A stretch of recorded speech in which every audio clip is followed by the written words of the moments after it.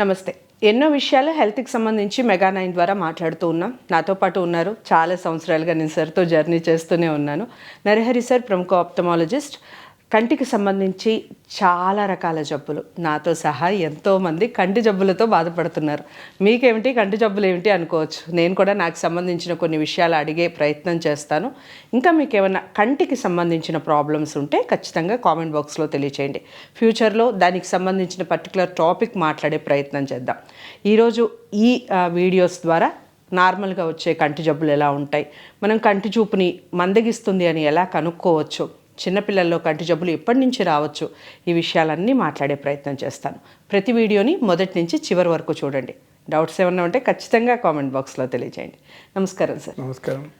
First question, అసలు కంటి జబ్బులు ఎన్ని రకాలుగా ఉంటాయి, ఎన్ని రకాలుగా మనం చూడొచ్చు కంటి జబ్బులు? కామన్గా కంటి గురించి వచ్చేది అంటే మనం అనుకుంటాం కదా, సర్వేంద్రియానం నయనం ప్రధానం అంటారు. So the main important thing about I is the vision.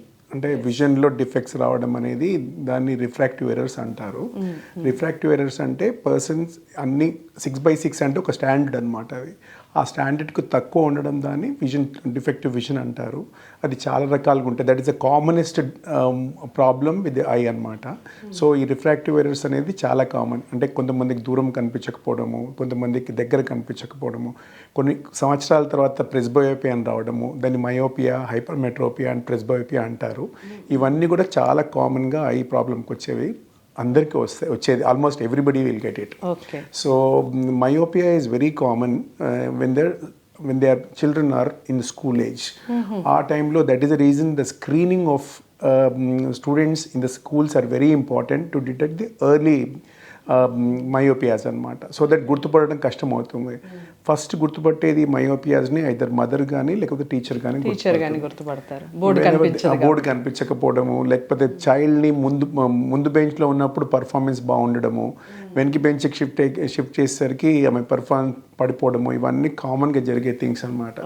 If a teacher is very smart enough, గుర్తుపడుతుంది ఫస్ట్ బెంచ్ నుంచి లాస్ట్ బెంచ్కి పోయినందుకు తనకు చేయలేకపోతుందని. మదర్ టీవీ చూసేటప్పుడు చాలా చైర్ దగ్గర లాక్కోవడము, ఇవన్నీ కామన్గా జరిగే మయోపిక్ ప్రాబ్లమ్స్ అనమాట. సో మనకి మిగతా జబ్బుల గురించి పట్టించుకోకుండా ఫస్ట్ కామన్గా జరిగేది మాత్రం ఐ డిఫెక్ట్. దీన్ని రిఫ్రాక్టివ్ ఎర్రర్స్ అంటారు. రైట్. సో మనం ఒక్కొక్క దాని గురించి పర్టికులర్గా మాట్లాడే ప్రయత్నం చేద్దాం. సో ముఖ్యంగా పెద్దవాళ్ళలో సార్ లాంగ్ సైట్ షార్ట్ అని మాట్లాడుకున్నప్పుడు చాలా వరకు 40+ అయినప్పుడు ఖచ్చితంగా షార్ట్ ప్రాబ్లం వస్తుంది అని. అన్ఫార్చునేట్లీ నాకేమిటంటే షార్ట్ ప్రాబ్లం లేదు, లాంగ్ ప్రాబ్లం ఆల్రెడీ గతంలో మనం డిస్కస్ చేస్తున్నాం. సో ఈ లాంగ్ ప్రాబ్లం డేంజర్ అంటారా, షార్ట్ డేంజర్ అంటారా, రెండు ప్రాబ్లమే అంటారా? రెండు అంటే ఏమవుతుందంటే మనము 100% మనుషుల్ని తీసుకుంటే దాంట్లోంచి 30 to 35% of the population are myopic. Myopia అంటే నియర్ సైటెడ్నెస్ అంటారు. అంటే దగ్గర చూపు బాగుంటుంది, దూరం కనిపించదు. అది వెరీ కామన్. మనం దాన్ని మైనస్ గ్లాసెస్ పెట్టి కరెక్ట్ చేస్తూ ఉంటాం. ఇది సామాన్యంగా అట్ ది ఏజ్ ఆఫ్ 3, 4, 5 అంటే చిల్డ్ర పిల్లలకి మొదలయ్యి పెరుగుకుంటూ పోయి అది ultimately it stop around 18 to 19. ఆ పాప కానీ బాబు కానీ 19 years వచ్చే వరకు పెరుగుతూనే ఉంటుంది. There is no way you can stop it. Specs పెట్టుకున్నా స్టాప్ అవ్వదు. స్పెక్స్ పెట్టుకోకపోతే కనుక ఇంకా ఎక్కువ పెరుగుతుంది. కాబట్టి మయోపియా ఉన్న వాళ్ళని గుర్తించడం ఫస్ట్ ఇంపార్టెంట్. గుర్తించిన తర్వాత గ్లాసెస్ రెగ్యులర్గా పెట్టుకోవడం సెకండ్ ఇంపార్టెంట్. రెగ్యులర్ చెకప్ చేయించుకోవడం important. Because this myopic glasses keeps growing at least every 6 months to 1 year. So ఈ ఎవ్రీ 6 months మయోపిక్ పీపుల్ చిల్డ్రన్కి చెక్ చేయించుకోవడం చాలా ముఖ్యం. అదర్వైజ్ వాళ్ళు మళ్ళీ వచ్చేసప్పటికి ఇంకా ఎక్కువ అయిపోతుంది అనమాట myopia. So that is a first common disease. Second hypermetropia అని లక్కీగా చాలా తక్కువ మందికి వస్తుంది. అది యూజువల్గా ఈ చిన్న పిల్లలు కాకుండా మధ్యస్థ అంటే మిడిల్ ఏజ్ పీపుల్కి చాలా కామన్గా వస్తుంది. ఇంకా అందరికీ కామన్గా వచ్చేది దాన్ని ప్రెస్బయోపియా అంటారు. మీరు అన్నారు కదా ఇందాక, ఈ ప్రెస్బయోపియా అనేది మామూలుగా అన్ని సంవత్సరాల పాటు 37 నుంచి 40 మధ్యలో వస్తుంది. అది డిస్టెన్స్ అంతా బాగుంటుంది అంతవరకు. 37-40 రాగానే దగ్గర చూపు కనబడడం కష్టమవుతుంది. దీన్ని మా లాంగ్వేజ్లో ప్రెస్బయోపియా అంటారు. ఈ ప్రెస్బయోపియా అంటే డిస్టెన్స్ బాగానే ఉండడం కానీ ఏజ్ వల్ల లెన్స్ అనేది అలసిపోతుంది అనమాట. 37 years వర్క్ చేసి చేసి చేసి దాని capacity to elasticity of the lens comes down. దానివల్ల దగ్గర చూపుకి అద్దాలు అవసరం పడుతుంది. దాన్ని ప్రెస్బయోపియా అంటారు, చత్వారం అని తెలుగులో అంటారు. ఈ చత్వారం అనేది 37 నుంచి 40కి మొదలుపెట్టి అలా ఎవ్రీ ఇయర్ పెరుగుతూనే ఉంటుంది. There is no way again you can stop it because the lens is deteriorating or ageing అనమాట. సో ఇమీడియట్గా అంటిల్ 50-55కి వచ్చే వరకు ఆ నంబర్ 1 నుంచి మొదలయ్యి it will go and stop around +3.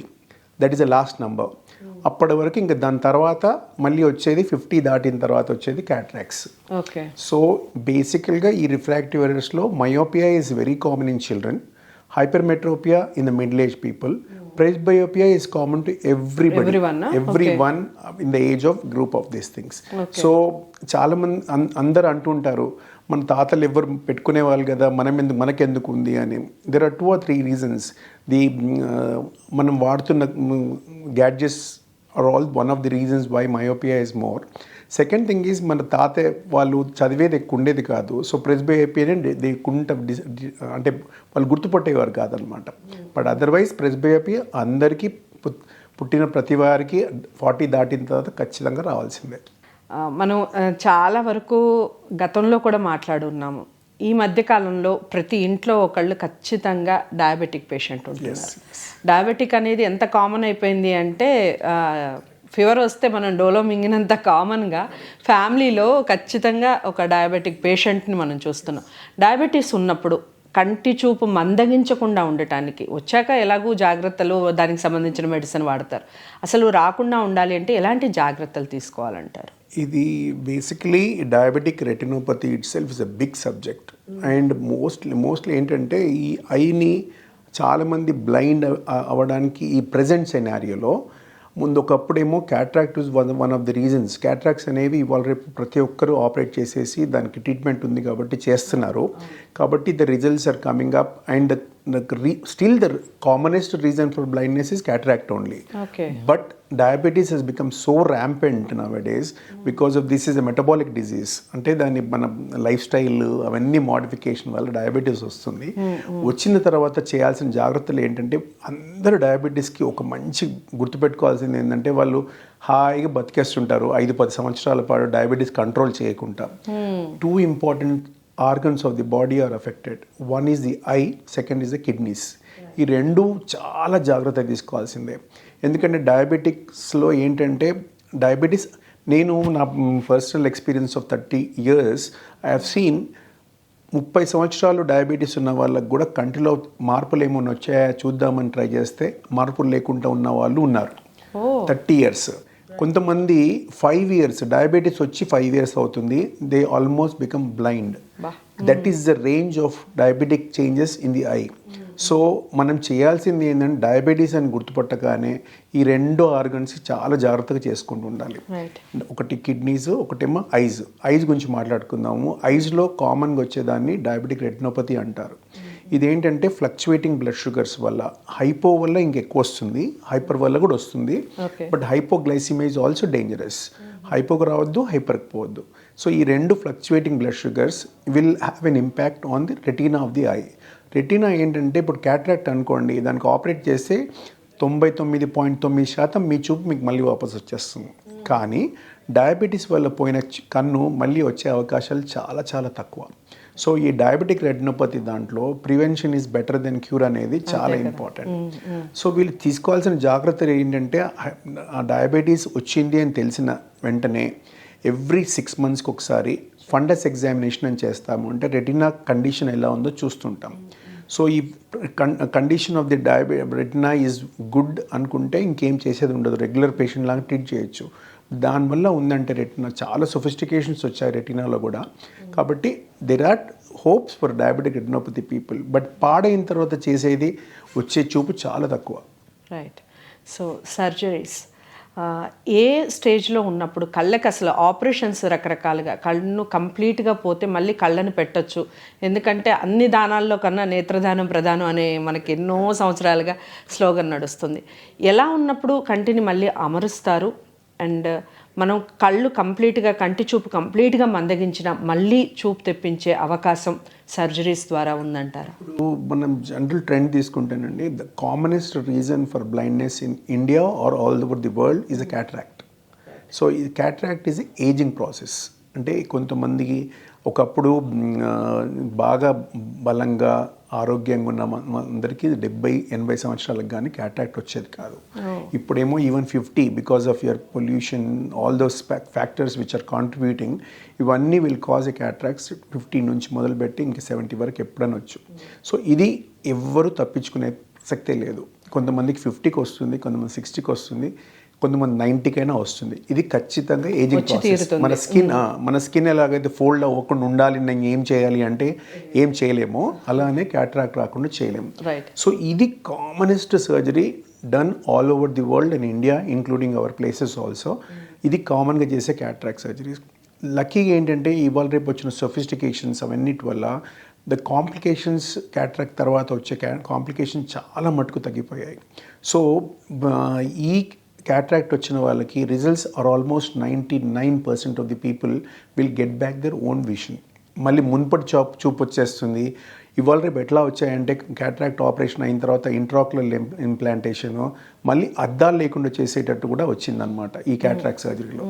So cataract అనేది ఉంది అన్నప్పుడు ఏజ్ వచ్చిన వాళ్ళకి చూపు మందగించినప్పుడు డాక్టర్ దగ్గర రెగ్యులర్ చెక్ చేయించుకోవడం చాలా ఇంపార్టెంట్. బికాజ్ 50 దాటిన తర్వాత 40 దాటిన తర్వాత చేయాల్సిన థింగ్స్ ఏంటంటే, ఒకటేమో ప్రెస్బయోపియా వస్తుందని చెప్పాను కదా, అది కంపల్సరీ వస్తుంది. Second thing is glaucoma chances ఉంటాయి. Third thing is cataracts. So ఈ regular checkup is the most important thing to avoid your losing vision. Okay. So ఇవన్నీ కామన్గా జరిగే things, for mostly treatable. Okay. Untreatable things which are not vision loss అయిన తర్వాత మళ్ళీ వచ్చే అవకాశాలు చాలా తక్కువ. అంటే ఫస్ట్ ఈజ్ డయాబెటిక్ రెటినోపతీస్. ఆ డయాబెటీస్ ఎంత దూరం పోతుందంటే విపరీతంగా 400 అట్లా మెయింటైన్ అయ్యి కన్నన్ని పాడు చేసుకొని వస్తారు. అప్పుడు చేయడానికి ఏంటంటే ఏముండదు, అప్పటికి చూపు అంతా పోతుంది.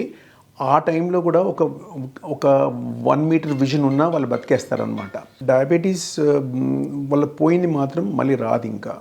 సో ఈ సర్జరీ ఇంకా మిగతా చాలా కామన్గా అంటే people what is the reasons for cataract blindness చూసుకుంటే cataract still is the one of the reasons for blindness, because there are so many places in India where the cataract surgeries are not read. But though it is advanced so much, but still one of the common reasons of becoming blindness is cataract, which is preventable, operable.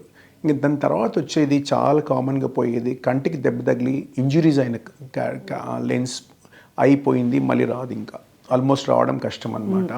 Diabetes వల్ల పోయింది రాకపోవడము. దాని తర్వాత many systemic diseases, hyper tension కానీ ఇంకే ఎస్ఎల్ఈస్ అంటారు, connective tissue disorder, ఇవన్నీ కూడా కంటి మీద చాలా ఎఫెక్ట్ చేస్తాయి. సో ఇవన్నిటితో పోయిన విజను యూజువల్గా రాదు. ఇంకా third common thing which is the reason for this loss of vision is cornea అనేది ఉంటుంది. Cornea is a sensitive tissue of the eye. దానికి దెబ్బ తగిలిపోయిందంటే పెద్ద మచ్చ వచ్చి పూర్తి గుడ్డితనం వస్తుందన్నమాట. దాన్ని కార్నియల్ అల్సర్ అంటారు, లేకపోతే కార్నియల్ ఇంజురీస్ అంటారు. ఇవన్నీ పోయిన వాళ్ళందరికీ అక్కడ ఒక క్లియర్గా ఉన్న గ్లాస్ మొత్తం ఒపేక్ అవ్వడం కార్నియల్ ఒపేసిటీ అంటారు. మనం చాలా మందికి అపోహ ఏంటంటే ఒక కన్ను ఐ ట్రాన్స్ప్లాంట్ అంటే మొత్తం కన్నుని పీకేసి ఇంకో కన్ను పెడతారు అనేది. That is not the issue here.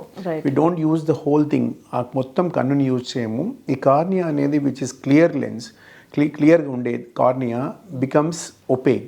అది ఇంజురీ వల్ల కావచ్చు, కెమికల్ బర్న్స్ వల్ల కావచ్చు, దివాళీ క్రాకర్స్ వల్ల కావచ్చు, ఏ ఇంజురీ వల్ల అయిన కార్నియల్ ఇంజురీస్ కానీ దానికి చేసేది ఏంటంటే ultimately we do a corneal transplant. So only cornea is around 11 millimeters to 11 millimeters is the dimension of the cornea.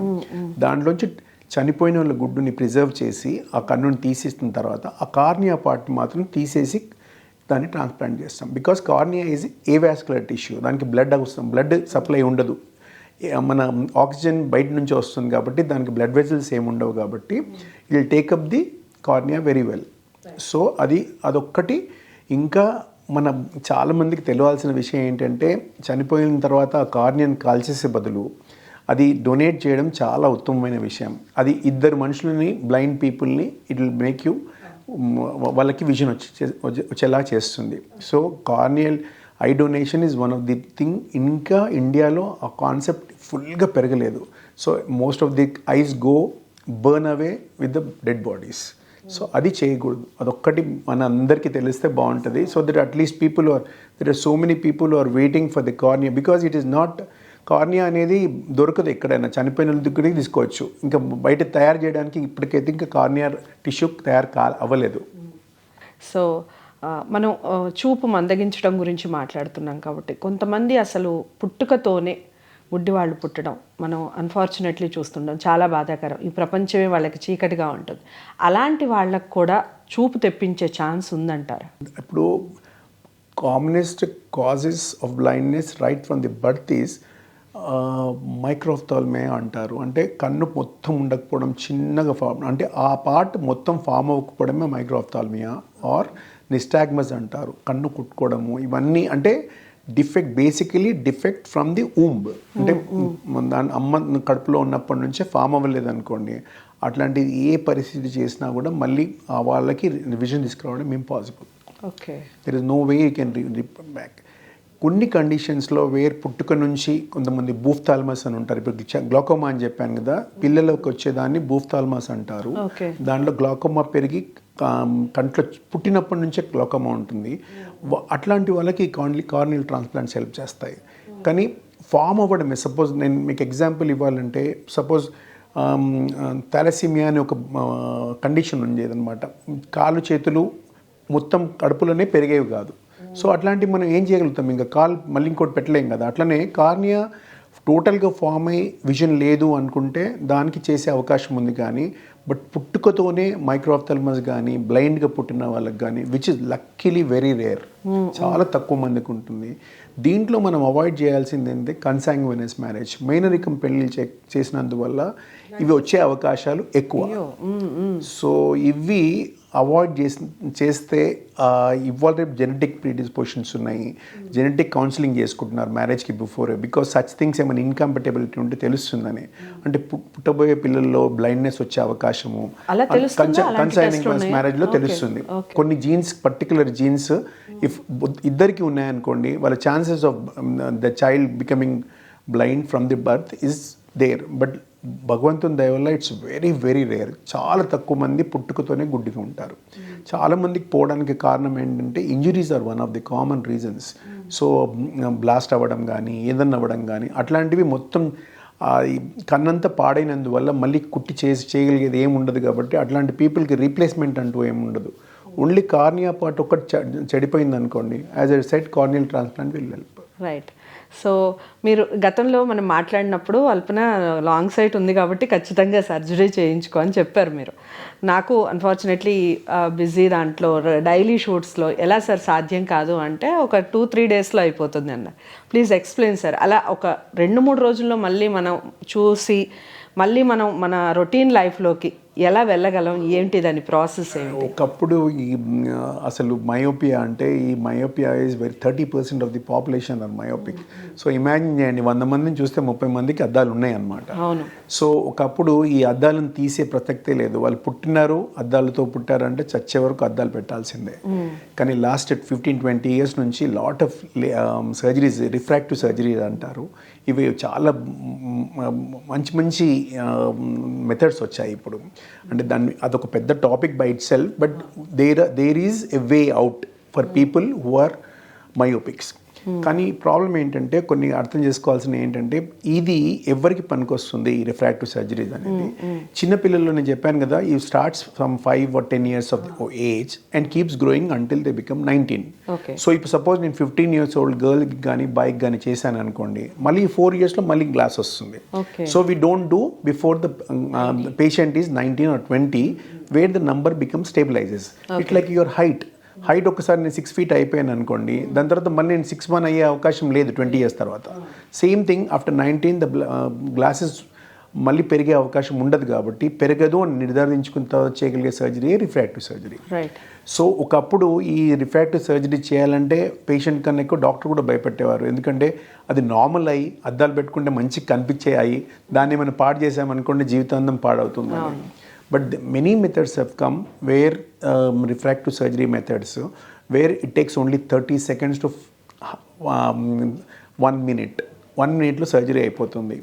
అయిపోయిన తర్వాత the patient is zero in after 1 minute. అంటే వాళ్ళకి ఉన్న suppose letters say the patient is having -3 -4 ఉందనుకుందాం. -3 అద్దాలు తీసేస్తే వాళ్ళకి దూరం ఉన్న ఏం కనిపించవు అసలు. కానీ ఆ సర్జరీ చేసిన మరుక్షణం అంటే 1 minute తర్వాత మొత్తం కనబడుతుంటుంది. కానీ కార్నియా అనేది ఏంటంటే it's a very sensitive tissue. The refractive error జరిగేది మొత్తం కార్నియల్ టిష్యూ మీద. సో ఈ corneal tissue doesn't take the insult properly. మన కంట్లో చిన్న కలక పడింది అనుకోండి మన కళ్ళు నీళ్ళు కారుతూ ఉంటాయి. సో మనం లేజర్స్ 15,000 నుంచి 20,000 లేజర్ డాట్స్ వేస్తాం అక్కడ. సో అది తట్టుకోక ఆ cornea starts watering for next moment. And this whole refractive surgery is a painless surgery. ముట్టుకున్నట్టు కూడా తెలియదు, నొప్పి ఉండదు, ఏముండదు. కానీ కార్నియాని ఇన్సల్ట్ చేస్తున్నాం కాబట్టి ఆ వాటరింగ్ ఇరిటేషన్ అనేది కంటిన్యూస్గా ఒక 3 to 5 days ఉంటుంది అది. After that you are as normal as before surgery without glasses. అయితే ఇప్పుడు నా గురించి మాట్లాడితే యాక్చువల్గా ఈ మా ప్రొఫెషన్లో ఉండేవాళ్ళు ఇప్పుడు కాజల్ వేసుకుంటారు, లైక్ ఐలైనర్స్ పెట్టుకుంటారు. ఇవన్నీ పెట్టుకోవడం వల్ల ఇంకా ఎలర్జీ పెరగడం కానీ ఇంకా ఇన్ఫెక్షన్స్ ఎక్కువ అవ్వటం కానీ జరిగే ఛాన్సెస్ ఉంటాయి. నో రిలేషన్ అండి. What you're doing is only for the skin and the upper lid and lower lid కాబట్టి కార్నియాని ఏం టచ్ చేయరు మీరు. కాబట్టి కార్నియాకి మనం కాస్మెటిక్ వాడేది ఏం లేదు. కాంటాక్ట్ లెన్స్ వాడేవారు, అది కూడా that is not at all. So this doesn't have any role. మీరు మీ మేకప్ కానీ అది కానీ ఏం రోల్ ఉండదు. కాకపోతే ఏంటంటే ఈ ఇరిటేషన్ అంటే పోస్ట్ ఆపరేటివ్ అన్నాను, ఒక 6 వారాల వరకు డ్రాప్స్ వేస్తూ ఉండాలి మయోపియా సర్జరీ, రిఫ్రాక్టివ్ సర్జరీ. అంతే తప్పితే they will recover 90% in 3 to 5 days time. In case అంటే మీరు అన్నారు 99.99% అని, ఆ 0.11% ఏదైనా అంటే రాకపోతే మళ్ళీ చూపు అనేది మళ్ళీ లేదండి. ఎందుకంటే లేకపోవడము రాకపోవడం అనేది జరగదు. This is the only surgery where we can do exactly what we promise. అంటే సపోజ్ మీరు నార్మల్, సో మీకు నంబర్ ఉందనుకోండి, there are so many types of numbers. Suppose -3 is a typical number. -3 అంటే కనబడదు, -3 ఆపరేషన్ చేస్తే 0 అయిపోతుంది. కానీ కొంతమందికి -6 ఉంటుంది, కొంతమంది సిలిండర్ ఉంటుంది, కొంతమంది నేను చేసింది ఇంతవరకు -12 వరకు చేశాను. -12 అయిన గర్ల్ అఖిల అని ఒక అమ్మాయికి చేశాను నేను. చేసి కూడా 5-6 years అవుతుంది. ఆమె number was 11.5 was the number in both eyes. I operated 4 years back and she's perfectly 6/6 till today. And they'll continue to be like that 6/6 all their life. కానీ ఏంటంటే అందరికీ -10 ఉన్న వాళ్ళకి సరిపోకపోవచ్చు. కార్నియల్ థిక్నెస్ అనేది చాలా ఇంపార్టెంట్. సో ఈ factors వల్ల మీరు సరిపోకపోవచ్చు అని చెప్తాం తప్పితే పాయింట్ వచ్చే దీంతో నష్టం కానీ కాంప్లికేషన్ కానీ దీనివల్ల ఇబ్బందులు వచ్చే కానీ ఏమీ లేదు. is most safest surgery on the earth.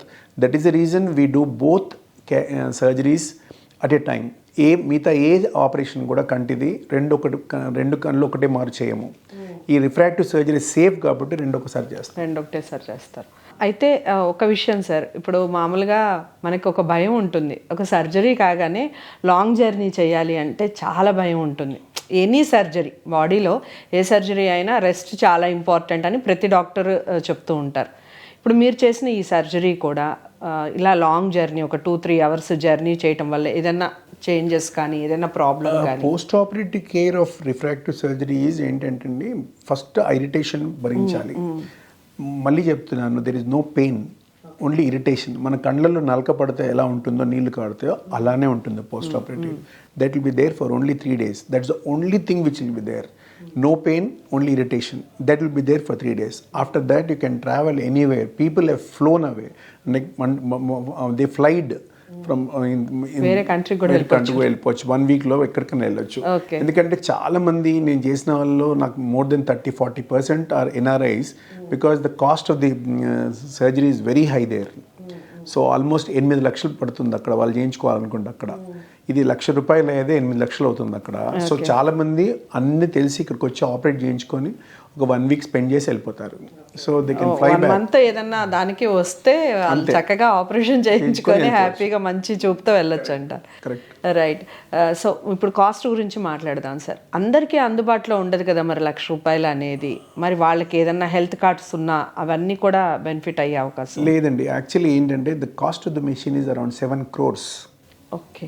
The cost of the LASIK machines, good latest ones, are around 7 crores. The most important thing is that they have maintenance also.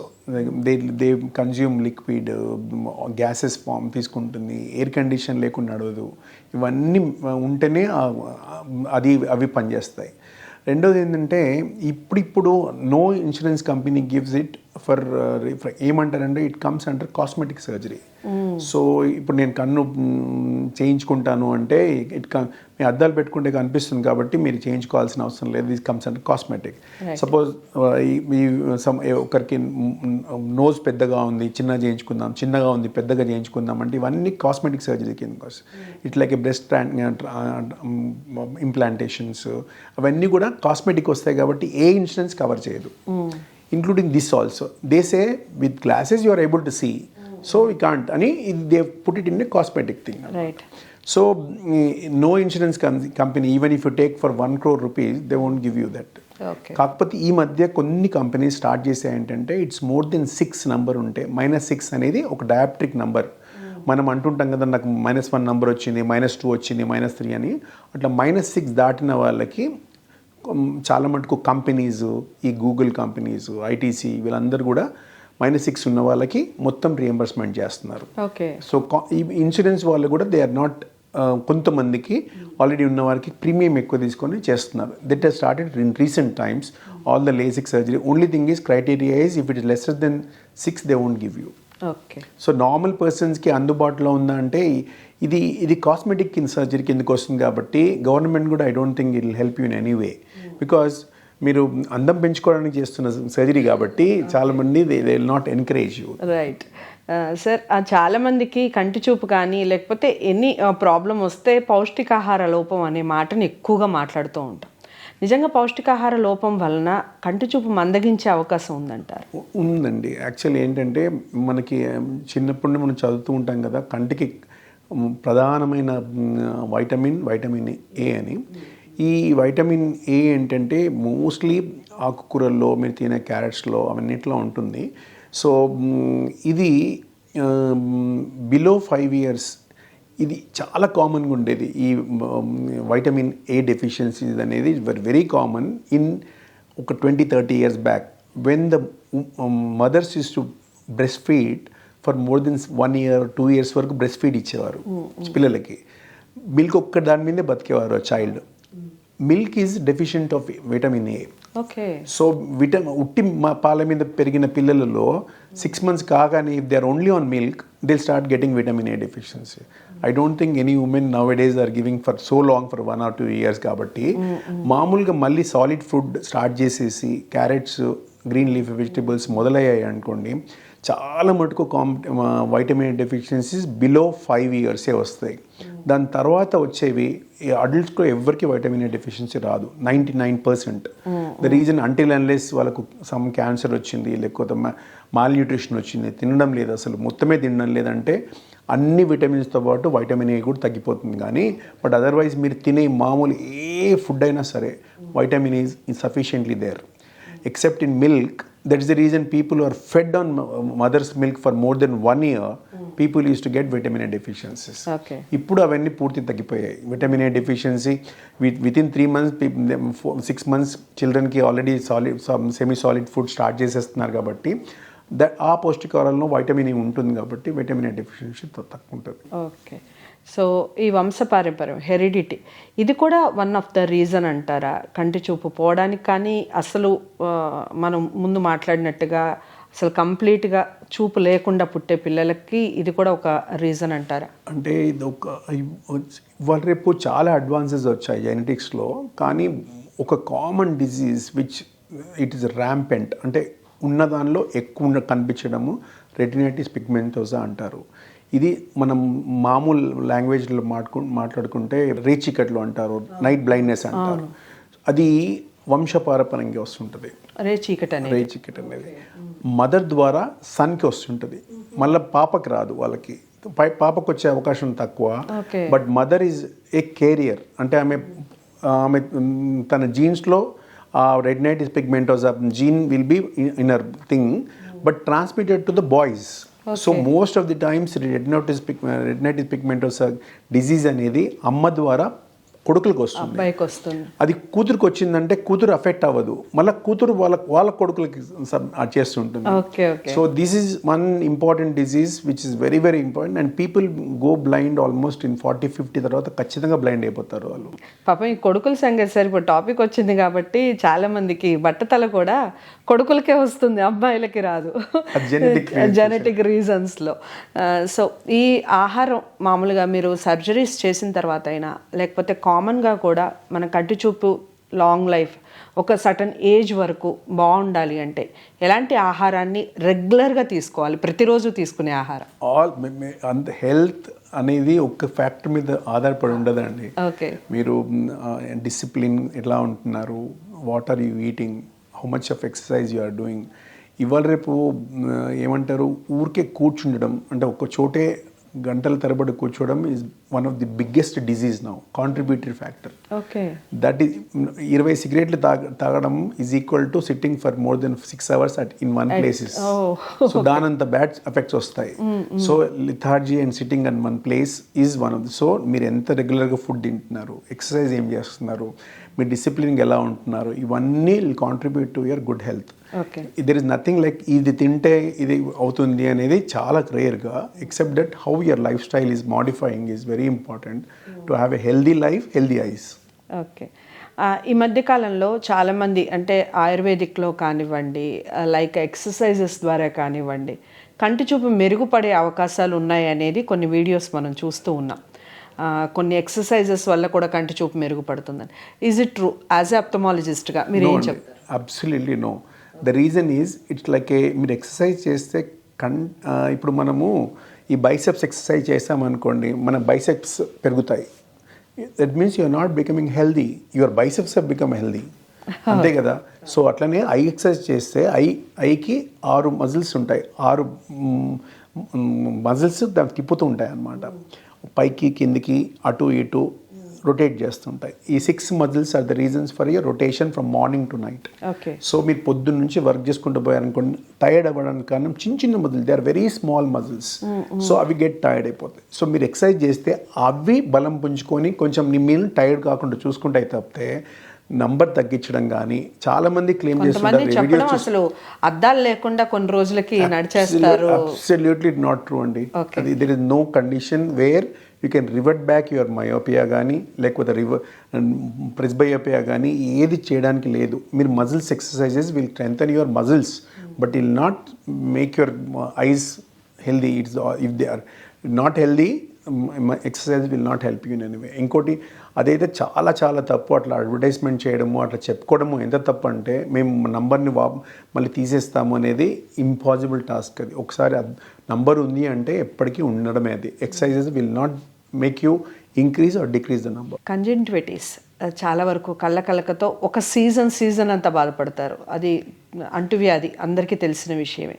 అసలు ఎందుకు వస్తాయి ఈ కళ్ళకలకలు అనేవి, ఎందుకు వస్తాయి చెప్పు? ఇప్పుడు కంజంక్టివా ఈజ్ స్మాల్ థింగ్. ఇక్కడ మనం కింద చూసే అంతి సన్నటి పొరని కంజంక్టివా అంటారు. దీన్ని ఇన్ఫెక్షన్ మన ఇప్పుడు కోల్డ్ ఎలా వచ్చిందో అలానే కంజంక్టివా. వైటీస్ అంటేనే ఇన్ఫ్లమేషన్ అని అర్థము. సో ఈ infection can be because of 2 or 3 reasons. One is viral, fungal and bacterial. ఈ కామన్గా స్ప్రెడ్ అయ్యి మనం అంటుంటాం కంటకలుగా పెరిగినాయి ఏవి అని అంటుంటారు కదా, అవన్నీ మోస్ట్లీ వైరస్ ఎయిర్ బోర్న్ అయ్యి ఉన్నాయి అనుకోండి, అందుకో ఫాస్ట్గా పెరుగుతుంటాయి. Bacterial are people getting infected because of some reasons and fungus is most dangerous of all the things. ఇవన్నీ రావడానికి కారణం ఒక రీజన్ అంటూ ఉంటుందన్నమాట. సో ఇప్పుడు సపోజ్ మీరు కండ్లకలకల్ బ్యాక్టీరియల్ ఉందనుకోండి, it will not spread when I'm sitting right in front of you. Versus virus airborne అయినప్పుడు మీకు వచ్చే అవకాశం ఉంటుంది. Or it spreads to the things అనమాట. సో మీరు కంజంక్టివైటిస్ ఉన్న పేషెంట్ ఎక్కడైనా పెట్టేసి మీరు మళ్ళీ తీసుకొచ్చి కంట్లో పెట్టుకుంటే మీకు వచ్చే అవకాశం ఉంది. కాబట్టి ఇది వెరీ కామన్గా ఒకసారి సీజన్గా వైరల్ ఇన్ఫెక్షన్స్ ఒకసారి ఎపిడమిక్ లాగా వస్తాయి అన్నమాట. సో అది ఒకరి నుంచి ఒకరు పాక్కుంటూ పోతూనే ఉంటాయి అన్నమాట until the capacity of the virus comes down that it spreads అన్నమాట. సో అది లక్కీగా దానివల్ల వచ్చే కాంప్లికేషన్ చాలా తక్కువ కాబట్టి దానివల్ల అది ఎక్కువ హార్మ్ఫుల్ కాదు కాబట్టి it's become a routine for that. Right. కొంతమంది చెప్పటం కరోనా తర్వాత చాలామందికి కంటి చూపు మందగించడం జరిగింది అని, లంగ్స్ ప్రాబ్లం వల్ల కూడా కంటి చూపు పోతుంది అని రకరకాలుగా మాట్లాడుతూ ఉన్నారు. కరోనా ప్రభావం నిజంగా కంటి చూపు మీద పడే అవకాశం కానీ అలాంటి పేషెంట్స్ మీ దగ్గరికి రావటం కానీ జరిగిందా? ఒక్కటైతే నిజమండి, కోవిడ్ తర్వాత the medical things have changed a lot. Either it can be because of the Covid infection or the vaccination taken or the medicine taken. So దీనివల్ల వచ్చిన ఇమ్యూన్ సిస్టమ్ ఇదంతా these are all dealing with the immune system కాబట్టి so ఈ ఇమ్యూన్ సిస్టమ్స్లో వచ్చే problems అన్నీ ఏంటంటే మన ఇమ్యూన్ సిస్టమ్ని దెబ్బతీసేవన్నీ జనరల్ హెల్త్ బాగున్న వాళ్ళు బాగానే ఉన్నారు, బట్ వాళ్ళ హెల్త్ బాగాలేక ఇమ్యూనిటీ సిస్టమ్ దెబ్బతిన్న వాళ్ళకి చాలా రకాల joint pains are very commonly seen. ఐలో కనెక్టివ్ టిష్యూ డిజార్డర్స్ అంటారు. ఆ కనెక్టివ్ టిష్యూ డిజార్డర్స్ చాలా పెరిగాయి. ఆ కనెక్టివ్ టిష్యూ డిజార్డర్లో eye problems are very common. So we have seen like that lot of connective tissue disorder getting in the thing. The frequency or the number of people getting this connective tissue disorders after post covid is very common, have become more. And along with that, developing eye diseases have become one of the, I've seen so many after COVID. The frequency of these people developing is definitely more. Okay. కొంతమంది కళ్ళు దూరపు చూపు కనిపించకపోయినప్పుడు long site అని ఉన్నప్పుడు కళ్ళు చిన్నవి చేసి చూడటం అనేది మనం అబ్జర్వ్ చేస్తూ ఉంటాం. అలా కాకుండా బ్లింక్ చేస్తూ ఉంటారు చాలామంది, ఎక్కువసార్లు ఇలా కళ్ళు గట్టిగా మూచి మళ్ళీ తెరవడం అలా చేస్తూ ఉంటారు. దేనికి సంకేతం అది? ఎందుకు అలా మూస్తూ ఉంటారు? పర్సన్ ఎవరైతే పిల్లలు పర్టికులర్గా if they are looking at distant things and వాళ్ళు స్క్వీజ్ చేసి చూస్తున్నారు అంటే అర్థం ఏంటంటే వాళ్ళకి నంబర్ ఉందని అర్థం. అంటే they need a power glasses. That is very clear indication. మనం కూడా ఇప్పుడు suppose that is called pinhole effect. Pinhole ఎఫెక్ట్లో ఏమవుతుందంటే రిఫ్రాక్టివ్ ఎర్రర్ మొత్తం తగ్గిపోతుంది. సో చిన్న పిన్ హోల్ నుంచి చూస్తే కూడా అట్లనే వస్తుంది. కాబట్టి చాలా మటుకు వాళ్ళ పిల్లలు అడాప్టివ్, ఇప్పుడు వాళ్ళకి కనిపించలేదు అనుకోండి ఇలా అని చూసేసుకుంటారు అది. So that is because of the pin hole effect. That is మీరు చిన్న చేయడము. మళ్ళీ బ్లింక్ చేయడానికి కారణము dryness is one of the common reasons. And children it's attention seeking. కొంతమంది బ్లింక్ చేస్తే వాళ్ళ అమ్మ నాన్న ఏమైంది అని అడుగుతారని ఆ యాంగ్జైటీతో కూడా people will do it as a routine అనమాట.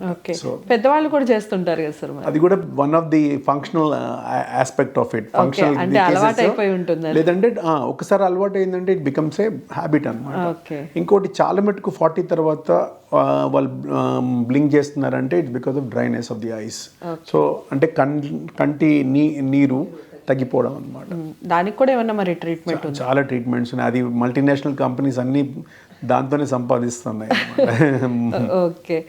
సో చాలామంది మనం డాక్టర్ని కలిసినప్పుడు, మీలాంటి ఆప్థమాలజిస్ట్ని కలిసినప్పుడు, పిల్లల్ని తీసుకొని వెళ్ళినప్పుడు క్యారెట్ ఎక్కువగా పెట్టండి అని మాటని ఎక్కువగా వాడుతుంటారు. అఫ్కోర్స్ ఆకుకూరలు కూడా చెప్తారు. ఏమిటి క్యారెట్లో మాత్రం ఏ విటమిన్ ఉంది కాబట్టి క్యారెట్ అని సజెస్ట్ చేస్తారా, లేకపోతే ఇంకేదైనా రీజన్ ఉందా? Carrot is full of vitamin A, there is note of carotene అని. దానివల్ల మీకు ఏమవుతుందంటే మనకు రొడాప్సిన్ అనే ఒక అది ఉంటుందన్నమాట.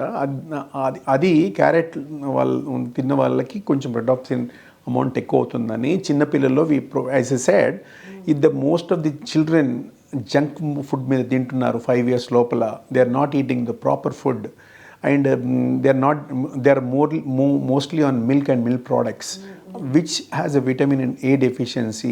To avoid that, these things will help anamata. Carrots valla vache vitamin A is very useful. So పిల్లలలో ఖచ్చితంగా it's helps, but adults it makes no difference. It only helps you in being a good health అంతే. So thank you so much sir. Next time ఒక్కొక్క దాని గురించి different టాపిక్స్కి సంబంధించి మాట్లాడే ప్రయత్నం చేద్దాం. ఈలోపు చూసిన వీడియోస్ చూసిన వాళ్ళు కూడా వాళ్ళకున్న ప్రాబ్లమ్స్ ఖచ్చితంగా కామెంట్ బాక్స్లో తెలియజేస్తారు కాబట్టి ఆ క్వశ్చన్స్ కూడా యాడ్ చేస్తూ మరి మరో ఎపిసోడ్లో కలిసే ప్రయత్నం చేద్దాం. మీరు కూడా ఖచ్చితంగా కామెంట్ బాక్స్లో తెలియచేయండి. ఎలాంటి జబ్బుతో, కంటికి సంబంధించిన జబ్బుల్లో ఎలాంటి జబ్బుతో మీరు బాధపడుతున్నారు, దానికి సంబంధించిన ట్రీట్మెంట్స్కి సంబంధించిన డీటెయిల్స్ మీకు ఏమైనా కావాలా, లేదా డాక్టర్ నరహరి గారిని, ఆప్థమాలజిస్ట్ గారిని మీరు కలవాలి అనుకుంటున్నారా, వీటన్నిటికీ సొల్యూషన్ కామెంట్ బాక్స్లో తెలియచేస్తూ స్క్రీన్ మీద కూడా ఖచ్చితంగా ఒక నెంబర్ స్క్రోల్ అవుతూ ఉంటుంది. ఆ నెంబర్కి కాల్ చేయండి, డాక్టర్ గారి అపాయింట్మెంట్ మీకు లభిస్తుంది. వీడియో అందరికీ నచ్చిందనే అనుకుంటున్నాను. నచ్చితే తప్పకుండా లైక్ చేసి షేర్ చేయండి, ఛానల్ని సబ్స్క్రైబ్ చేసుకోండి. నమస్తే.